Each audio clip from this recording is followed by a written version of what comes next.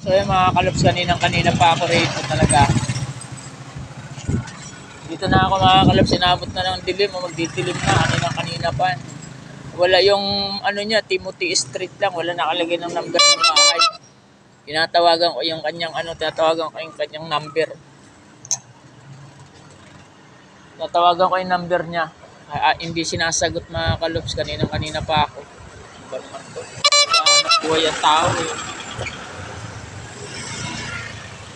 Pag inuwi ko naman to sa amin, sigurado i-report naman ako kay Lala mo. Sabihin, hindi ko dineliver yung kanyang parcel. Sila naman may kasalanan. Anong oras pa ako nandito? 4:30, andito na ako. Anong oras na oh? Anong oras na ba? Puta. 6:28 na. Ilang oras na ako dito mga kalops. Grabe talaga si Momo. Ayos sagutin yung tawag ko. Kanina pa ako dito. Grabe. Ayan ba, pag wala kasing eksaktong pin. Andito yung Timothy. Ano ba yan? Timothy Street. Tapos yung pin, andun pa sa loob ng kabilang subdivision. Kaya hindi ako nakapasok sa loob ng subdivision kasi wala daw yun dun Timothy nandito sa labas. Ay, ito yung Timothy. Ayan yung Timothy Street mga kalops. Ayan, nandito ako sa Timothy Street. Ayun, Timothy Street. Ayan, nandito ako sa Timothy Street. Grabe naman si ma'am. Saan na kaya si ma'am? Ayaw sagutin yung tawag ko mga kalops. Grabe naman.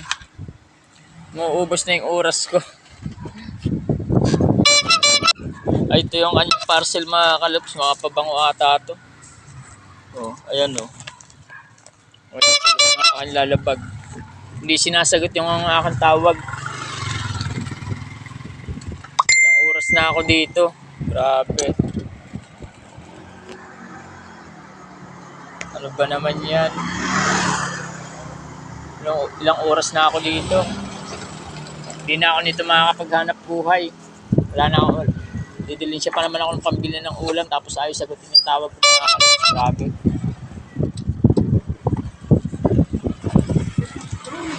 Pag inuwi ko naman to, dinala ko ulit palabas para pumikap ng iba, baka sabihin na naman sabihin, i-repeat ka kay Lala mo, dito naman si Lala mo, pa-action na nga agad, bigla ka i-terminate. Diba? Hindi naman namin kasalanan to ng layo. Talagang 100 piso lang, tapos ganito ilang oras ako dito. Nakakaurat talaga, nakakaurat. Urat na ako. Kanina pa ako dito. Hindi sinasagot ang tawag ko mga kalops. Pops. Wala. Nabot na ako dito ng 3 oras. Hindi sinasagot yung tawag ko. Ay, magde-deliver ka po? Oo. Dito sa Timothy. Ay, wala naman nakalagay na number ng bahay. Ano yun? Bertan ba? Hindi, Timothy Street. Ito, Timothy. Kaya nga, haba nito ang daming bahay Yung dito. pinakadulo niya, yung Bertan Village na yun. Pagdating, nakapin doon sa loob ng village doon. Doon nakapin. Oo. Ay, sabi ng gwardiya, wala naman dito dito sa labas. Dito ka na sa Timothy. Oo. Street nakalagay dyan, Timothy. Timothy Street. Wala nakalagay, ang problema, wala nakalagay na number ng bahay. Wala nang number eh. Okay sana kung pero pinakausap ko sa gwardiya. Yung bira, kanina pa. Deliver pa ako sa Marquine. Diba? Basta nagdidilin siya nga ako ng para kumita. Ganito naman inaabot ko. Pag inuwi ko naman to, baka sabihin naman, itinakas ko yung parcel niya. I-report naman ako kay Lala mo. Ano mo na, kasabi mo lang po. Action na naman si Lala mo. Ay, Paps, bukas may kami, makiisa tayo. May parada kami bukas, Lala mo. Kaya yun? Ay, okay lang bumiyahe. Itim lang ng t-shirt tapos lagyan lang ng tali yung kahit hindi ka sumama dun sa Sa Paranaque yan, di ba? dito lang sa Las Piñas. Papunta Paranaque. Pitex. Nakita ko sa Kasi namin yung bago system. yung bababa rin. Baba talaga. Tapos ganito pa aabutin mo. Wala pa, di ba? Kung kaya nga. Nakukunta ko, hindi sinasagot. Yung location na to, malayo. Pero ang mura ng single ko. Kaya nga eh. 117 lang, galing pang Dasma. Oh, bilang ka nun. Grabe. Sige, ingat. Hindi na pa ako. Oh, ingat, Pops. Hindi na mag-helmet. Bawal pa helmet eh. Pambihira naman tong ano na to, trap ko. Saan ko kaya to hahanapin? Okay lang sana kung sinagot niya yung ano para maibigay niya sa akin ng bahay niya eh. May number ba? Walang number ng bahay eh. Hindi, number ng telepono. Oo, meron. Kasabi mo yung ano, yung na booking. Tinawagan ko na eh. Kausapin. Ay sabi, tatawagan daw niya. At tinatawagan pa. Hindi rin yata sinasagot. Antay mo na lang, boss. Pambihira Ano naman. talaga yan? Yung mga yan. So ito mga kalops ang inabot ko ngayong hapon. Ano, boss? Oh, sige, ingat. Ito ang inabot ko ngayong hapon. Pambihira. Kaya, tuloy na ito. Alala ko, driver. Ito yan. Ito mga kalops yung kanyang parsi. Pagkatapos may bababasa ka sa social media eh, si rider hindi hinatid ang ano, hindi hinatid si delivery, di ba? At nang okay tama yung personal, hindi ito puro pabango. Sana kaya si ma'am. So hanggang dito na lang muna mga kalus ang aking video. Kasi tatawagan ko muna. So yun mga kalops, ayun, inabot na tayo mag-alas 8 na mga kalops. Ayun, nandito na, nakita na rin natin yung may-ari. Sinagot na rin yung tawag natin, mula 4:30. Ayun, mag-alas 8 na ngayon. Ay nako, grabe. Hindi daw nila napansin yung cellphone na may tumatawag. Kasi yung pin malayo, ang layo, nandun sa loob ng village mga kalops, no? Andun yung ano, yung pin. Kabisado ang lugar. Para ako naghanap ng karayom sa ilalim ng dayami mga kalops. So yun mga kalops, naghanap. Ay nako.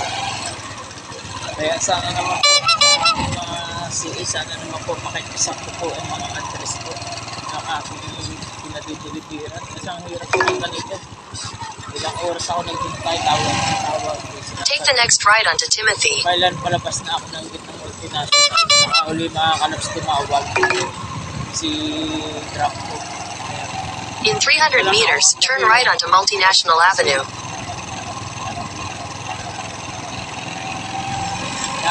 Napakahirap mga kalops pag di kabisado ng isang rider ng lugar katulad ko. Hindi ko kabisado itong loob ng multinational.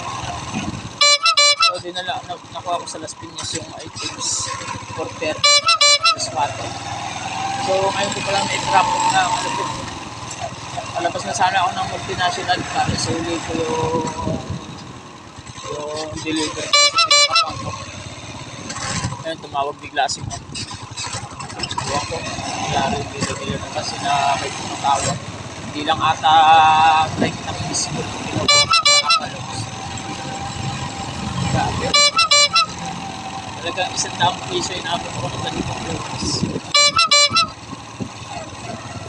Take the next right onto Multinational Avenue, then turn right onto Thomas Street. Mga kalops yung mga ganito yung mga delivery.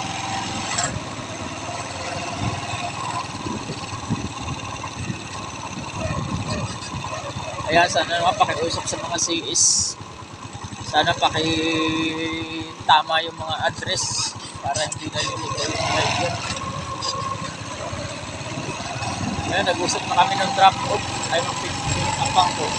Take the next right onto Thomas Street. Yung items. Ano nila, pabayaran nila sa akin. Sa akin. Eh, gusto palabas na ako ng multinational. So yun, tumawag si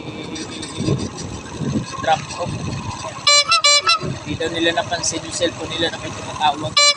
Take the next right onto Matthew. Kaya hindi nila na-ready. Yun ang napakahirap. Yun, imbis na kumita ako ngayon.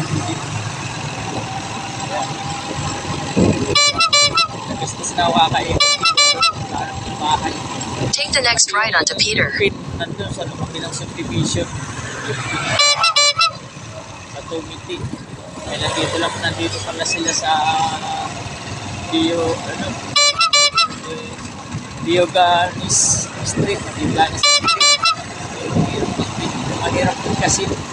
Take the next left onto John, then make a U-turn. Ayan. Ay, wala yatang yosi dito.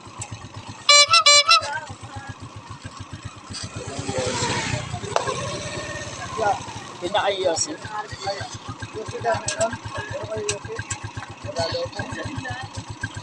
yun mga kalabs na, pauwi na tayo.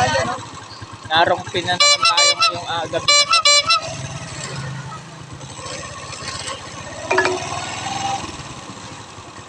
Narongpin na Take the next right onto Riyadh, then make a U-turn. Pahinga muna tayo mga kalabs. Wala, narongpin ako eh. Nasa Tumiti. Yung pala nandito lang sila sa Diego Street. Dito lang sa may tapat ng simbahan. Layo. Tapos yung pin ko nandun pa sa kabilang yung dulo doon subdivision. Nandun yung pin. Ay, dito sa may labas. Oo, tapos tinatawagan yung drop off, hindi sumasagot. At tinawagan ko yung pick up. Sabi niya, ay alas 4:30 andyan na ako. Ayun pala nakuha yung Tapos pag hindi dineliver sa kanila, mag-report kay Lala mo. Nagdagdag naman. Nagbigay lang 100. Ang haba ng kinain ng oras. Kaya nga, sabi ko ano ba naman yan. Sabi ko dapat pinasakto yung yung pin, yung address. So yun mga kalupit na nangyari sa akin ngayon. Ngayon, araw ng Martes. Wrong pin ang inabot ko. Inabot ako ng ilang oras dun sa drop-off. Kaya ayan, sana naman sa mga CIS natin, sana pakiayos naman yung address. At para yung mga rider na katulad namin, hindi naliligaw. Ang haba na sinayang na oras mga kalups. Tapos pag hindi na i-deliver yung parcel sa mag-report kay Lala Mob, ito naman si Lala Mob, action na agad si rider, isususpindi. Ayun lang pakiusap namin sa mga CIS, naman pakiayos naman yung mga address ninyo pag kayo nagbubok kay Lala kahit sa ang rider mga kalops. So dito pa tayo sa loob ng multinational. So ang ganda din na lang mga kalops, ang video natin, pagkita-kits tayo bukas sa parada natin papuntang Pitex. Dito tayo sa C5 manggagaling, yung taga rito sa Alabang, kung sinong gustong sumama dyan. So hanggang dito na lang mga kalops, at shout out sa vlog. Ayan, nagkalik-kalik tayo kaga.